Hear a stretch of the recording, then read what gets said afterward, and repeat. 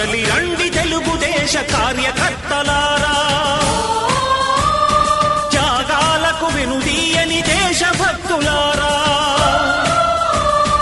కదలి రండి తెలుగుదేశ కార్యకర్తలారా, త్యాగాలకు వెనుదీయని దేశభక్తులారా. నందమూరి ఆశయ రథ సారథ్యం మీరే, చంద్రబాబు స్వర్ణాంధ్రకు నిర్మాతలు మీరే. ప్రపంచంలోనే కాదు ప్రజల జీవితంలో కూడా అనేక మార్పులకు కదలి రండి తెలుగుదేశ కార్యకర్తలారా, త్యాగాలకు వెనుదీయని దేశభక్తులారా. వారు ఈరోజు మన మధ్య లేనప్పటికీ, వారు మన మధ్య నుంచి దూరమై 29 సంవత్సరాలు పూర్తయినప్పటికీ,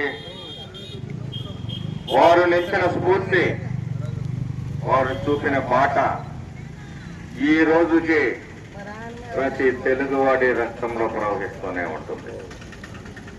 తెలుగుదేశం పార్టీ పేదల సంక్షేమానికి, సామాజిక న్యాయానికి,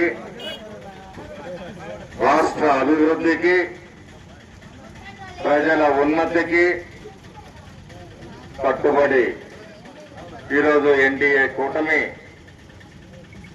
మన గౌరవ ముఖ్యమంత్రి వర్యులు నారా చంద్రబాబు నాయుడు గారి నేతృత్వంలో నాశనమైపోయిన ఈ రాష్ట్ర భవిష్యత్తుని సరిదిద్దే కార్యక్రమంలో ఇచ్చిన ప్రతి వాగ్దానాన్ని నెరవేర్చే క్రమంలో ఒక్కొక్క అడుగుగా ముందుకు వేస్తూ ప్రజాహితమే ధ్యేయంగా పనిచేస్తుందని చెప్పి సందర్భంగా తెలియజేస్తున్నాం. మొన్నటి వరకు మనం చూసాం గుంతలు పడ్డ రోడ్లు. మరి ఏం చేశారు అని చెప్పేసి 6 నెలల్లోనే రోడ్లకి రంకెలేస్తా ఉన్నారు ఈ వైసీపీ నాయకులు. మీకు 1000 రూపాయలు పెన్షన్ పేదవాడికి పెంచడం 5 సంవత్సరాలు పట్టింది. అధికారంలోకి రాగానే అవ్వాతాతల కోసం 1000 రూపాయలు పెన్షన్ పెంచిన ఘనత చంద్రబాబు నాయుడు గారి కూటమి ప్రభుత్వానికి. అలాగే జీతాలు ఎప్పుడు వస్తాయో తెలియక మరి ఇబ్బందులు పడుతున్న ఉద్యోగస్తులకి 1వ తారీఖున జీతం ఇస్తా ఉన్నారు. అలాగే ప్రతి పేదవాడికి ఆ రోజు దీపం పథకం కింద గ్యాస్ స్టవ్లు ఇచ్చాము. ఈ రోజు ఆ దీపాన్ని వెలిగించడానికి అవసరమైన 3 గ్యాస్ సిలిండర్ని ఫ్రీగా ఇస్తున్నాం. గ్రామాల్లో రోడ్లని చేసే కార్యక్రమాన్ని శ్రీకారం చుట్టాం. అలాగే రైతాంగం సంక్షేమం కోసం, ఎస్సీ, బీసీ, ఎస్టీ, మైనారిటీల సంక్షేమం కోసం సప్లాన్ నిధుల్ని కూడా విడుదల చేస్తా ఉంది తెలుగుదేశం ప్రభుత్వం అని చెప్పి ఈ సందర్భంగా తెలియజేస్తారు. 5 సంవత్సరాలు సప్లాన్ నిధులన్నింటినీ అడకెక్కించారు. ఈ రోజు అనేక ఆర్థిక సమస్యలు రాష్ట్రాన్ని అప్పుల మోగులో ముంచినప్పటికీ ఈ రాష్ట్రాన్ని మళ్లీ ఏ విధంగా గాడిన పెట్టాలని నిరంతరం 75 వసంతాల వయసులో ఈరోజు చంద్రబాబు నాయుడు గారు 18 గంటలు 16 గంటలు మరి శ్రమ చేస్తూ ఈ రాష్ట్రంలో కొత్త ప్రాజెక్టులు తీసుకురావాలి, రైతాంగం కళ్లల్లో వెలుగులు నింపాలి, అలాగే నిరుద్యోగ యువతకు ఉద్యోగ ఉపాధి అవకాశాలు కల్పించాలి అని నిరంతరం కూడా 6 నెలల కాలంలో ఆయన ఒక్క రోజు కూడా విశ్రాంతి తీసుకోకుండా ఈ వయసులో ఈ రాష్ట్ర ప్రజల కోసం ఆయన పడుతున్న తపన చూస్తూ ఉంటే మరి మాలాంటి వాళ్ళకు కూడా ఆయనతో పోల్చుకున్నప్పుడు మేము సిగ్గుపడే పరిస్థితుల్లో ఉన్నాం. ఇది పరిపాలన అంటే. ప్యాలెస్ల్లో దాక్కోవటం, ప్రజా సొమ్ముతోటి ప్యాలెస్లు కట్టించుకోవటం, ప్రజల్ని ఇసుక, మద్యం పేరుతో దోపిడీ చేయటం, ఇది కాదు ప్రజా పరిపాలన. బస్సు యాత్రలు చేసి సామాజిక న్యాయం గురించి మాట్లాడటం కాదు ప్రజా పరిపాలన అంటే. ఈరోజు రాష్ట్రం శాంతి భద్రతలు మరి సక్రమంగా అమలు జరుగుతూ ఉన్నాయి. ఎక్కడైనా దురదృష్టవశాత్తు వరదలు వస్తే ఏదో అనుకోని ఒక సంఘటన, ఒక దుర్ఘటన ఏదన్నా జరిగితే అక్కడ మాత్రం ఈ వైసీపీ నాయకుడు జగన్మోహన్ రెడ్డికి నాయకులకి శవాలని చూస్తే మహా సంతోషం అన్నమాట. ఎక్కడ శవం జరిగితే అక్కడ వాలిపోతారు. ప్రజలు కష్టాల్లో ఉన్నప్పుడు ప్రజలని ఓదార్చాల్సింది, సహాయపడాల్సిన ప్రతిపక్ష పాత్ర పోషించడమే అసమర్థులు ఈ వైసీపీ నాయకులు. 11 సీట్లకు పరిమితం చేశారని చెప్పేసి శాసనసభలో మీ అక్రమాలకి అన్యాయాలకి సమాధానాలు చెప్పాల్సి వస్తుందని చెప్పి భయపడి శాసనసభని బహిష్కరించే సిగ్గులేని నాయకులు ఇలా రోడ్లెక్కి మాట్లాడుతూ ఉన్నారు. ప్రతి తెలుగుదేశం కార్యకర్త నాయకుడు కూడా మాట్లాడాల్సిన అవసరం ఉంది. 5 సంవత్సరాల్లో వాళ్ళు ఏం చేశారు? రైతులు అని చెప్పేవాళ్ళు ఈ రాష్ట్రంలో 1 ఎకరాకైనా మరి నీళ్లు ఇచ్చారా? ఈ పథకాలను చూసాం మనం. చెట్లు కంపతో పూడిపోయింది.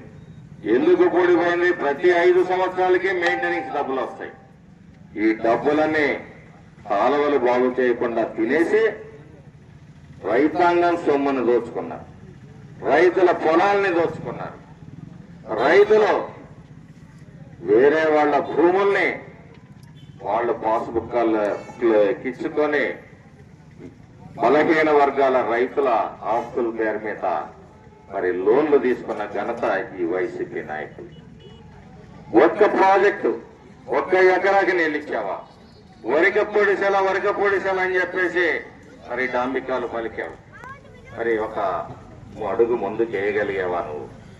వరికపొడిసెల ప్రాజెక్టు చేయకపోతే ఓట్లు అడగను, రాజకీయ సన్యాసం చేస్తానని చెప్పి పలికావు. రైతాంగాన్ని 3 సార్లు వాడుకున్నావు. ఇది రైతుల పట్ల మీకున్నది. మొన్న ఎన్నికల్లో చెప్పాడు వైసీపీ నాయకులారా, మాకు గుర్తుంది, మీ చెవుల్లో ఏమైనా సీసం పోసుకున్నారేమో. నేనంటూ ఓడిపోతే రాజకీయాల్లో సన్యాసం చేస్తానని చెప్పి మాట్లాడుకున్న సన్నాసి వెదవేడు మీకు గుర్తుందా అని చెప్పేసి అడుగుతా ఉన్నాను. మాట తప్పను, మడమ తిప్పను అని చెప్పి కారు కోపలు వేయటం కాదు, మాట మీద నిలబడాలి. ఈ రాష్ట్ర ప్రజలకి, ముఖ్యంగా ఈ నియోజకవర్గ ప్రజలకి పిన్నెల్లి రామకృష్ణారెడ్డిని క్షమాపణ చెప్పాలి. గత 3 టర్మ్లు నువ్వు శాసనసభ్యుడిగా ఈ నియోజకవర్గంలో కనీసం మంచినీళ్ళు అందిలేని దుర్మార్గుడివి నువ్వు. ప్రతి స్కీమ్ పేరిట దోపిడీ చేసిన వ్యక్తివి నువ్వు. ఈ కోటలో 300 నుంచి 600 రూపాయలు లిక్కర్ అమ్మి పేదల రక్తాన్ని తాగి కోటలు కట్టుకున్న వాడివి నువ్వు. నీకు 1 క్షణం కూడా ఈ రాజకీయాల్లో ఉండే అర్హత లేదు అని చెప్పి సందర్భంగా మాట్లాడుతా ఉన్నా. నువ్వు ప్రజల సమస్యల గురించి, రాష్ట్ర సమస్యల గురించి ఒక దోపిడీదారుణ్ణి, ఒక దుర్మార్గుడిని తీసుకుని వచ్చి ఈ జిల్లాకి అధ్యక్షుడు చేశాడంటే జగన్మోహన్ రెడ్డి, నీ చిత్తశుద్ధికి జోహార్లు. ఇది నీ చిత్తశుద్ధి. రౌడీల రాజ్యం. ఈ రోజు మాచర్ల నియోజకవర్గం ప్రశాంతంగా ఉంది. ఈ ఖమ్మంపాడు గ్రామం ప్రశాంతంగా ఉంది. ఎందుకు ఉందో ఆలోచించుకోవాల్సిన అవసరం ప్రతి వైసీపీ కార్యకర్త కూడా చెప్తా ఉన్నా. దౌర్జన్యాలు చేస్తాము, రౌడీజం చేస్తామంటే మీ తోటలు కత్తరేయడానికి ప్రభుత్వం సిద్ధంగా ఉందని కూడా చెప్తా ఉన్నా. ఒళ్ళు దగ్గర పెట్టుకోండి. మీ చేతనైతే అభివృద్ధికి కలిసి రండి. అంతేగాని అభివృద్ధి చేసే వాళ్ళ మీద అవాకులు చెవాకులు పేరటం మానుకోండి అని కూడా ఈ సందర్భంగా చెప్తా ఉన్నా. మీరు చేసిన ప్రతి రౌడీజం దుర్మార్గాలన్నింటినీ కూడా బయటికి తీస్తాం. ఆలస్యం అవ్వచ్చేమో కానీ మా నాయకుడు చెప్పినట్టు చర్యలు మాత్రం ఖచ్చితంగా ప్రతి వాడి మీద ఉంటాయి. ఏ అధికార మదంతో మీరు ఆ రోజు వ్యవహరించారో వాళ్ళందరి మదం అణిచే బాధ్యత కూడా తెలుగుదేశం పార్టీ ఈ నియోజకవర్గ శాసనసభ్యుడిగా మేము తీసుకుంటామని చెప్పి సందర్భంగా తెలియజేస్తూ తెలుగుదేశం పార్టీ నాయకులకి కార్యకర్తలకి కూడా విజ్ఞప్తి చేస్తామన్నా. మనం అన్న నందమూరి తారక రామారావు గారి బాటలో చంద్రన్న నేతృత్వంలో కూటమి ఆశీస్సులతోటి ఒక మంచి ప్రభుత్వానికి నాంది పలుకుతున్నాం. ఈ పల్నాడుని ఈ రోజు ఏ విధంగా ఉంది 6 నెలల క్రితం, భవిష్యత్తులో మనం ఎన్నికలు మళ్లీ వచ్చే నాటికి ఏ విధంగా ఉందో సజీవ సాక్ష్యాలతో సహా నేను చూపిస్తాను.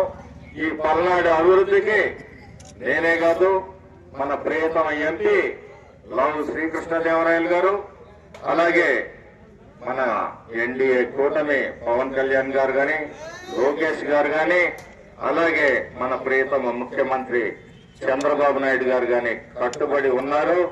అందుకు నిదర్శనమే మొన్న మనకి 4 డబుల్ రోడ్లు శాంక్షన్ చేశారు.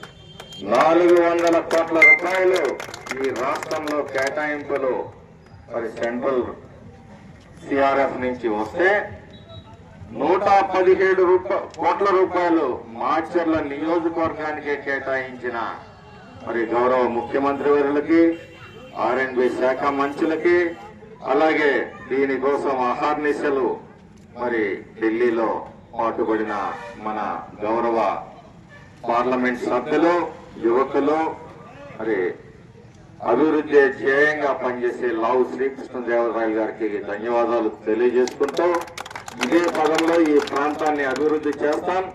అదే సందర్భంలో అరాచక శక్తులను కూడా అణిచి వేస్తామని చెప్పేసి, ఇందులో ఎటువంటి రాజీ ఉండదని చెప్పేసి తెలియజేస్తూ అన్న ఎన్టీ రామారావు గారి బాటలో పయనిస్తామని చెప్పేసి మరి వారి 29వ వర్ధంతి సందర్భంగా మరి పల్నాడు ప్రజలకి హామీ ఇస్తూ సెలవు తీసుకుంటున్నాను.